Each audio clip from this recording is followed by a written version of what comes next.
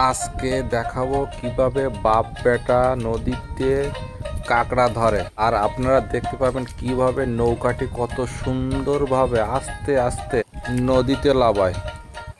দড়িটি গাছে বেঁধে নৌকার সাথে বেঁধে ছেলে নৌকায় দাঁড়িয়ে থাকবে এবং বাবা আস্তে আস্তে দড়ি ফল দিয়ে নৌকাটি নদীতে নামাবে। বাবা প্রথমে দড়িটি গাছে বাঁধছে, আপনারা দেখতে পাচ্ছেন দড়িটি গাছে বাঁধছে। ছেলে আস্তে আস্তে নৌকায় এসে দাঁড়িয়েছে। দেখেন কত সুন্দরভাবে নৌকাটি আস্তে আস্তে নিচে লাফাবে।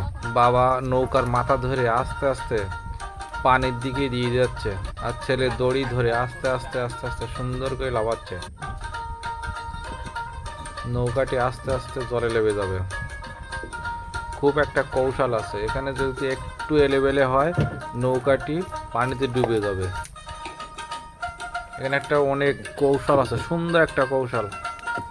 বাবা আস্তে আস্তে দড়িটা আস্তে আস্তে ঢিল দিচ্ছে, আর ছেলে নৌকার মধ্যে সুন্দরভাবে বসে আছে। একটু এদিক ওদিক হইলে নৌকাটি পানিতে ডুবে যাবে। বাবা খুব সাবধানে নৌকাটি আস্তে আস্তে আস্তে ঠেলে দিচ্ছে, কাদা দিয়ে সোজা পানিতে গিয়ে পড়বে।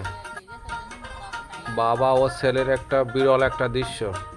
এখানে কাঁকড়া ধরবে নদীতে গিয়ে, একটু এলেবেলে হলে পানিতে পড়ে যাবে। আস্তে আস্তে আস্তে আস্তে দেখেন কত সুন্দরভাবে নৌকাটি পড়ে গেল। অনেক সুন্দর একটা দৃশ্য, খুব ভালো লাগলো। আর ভিডিওটা যদি ভালো লাগে অবশ্যই অবশ্যই সাবস্ক্রাইব করে দিবেন এবং সাথে থাকবেন।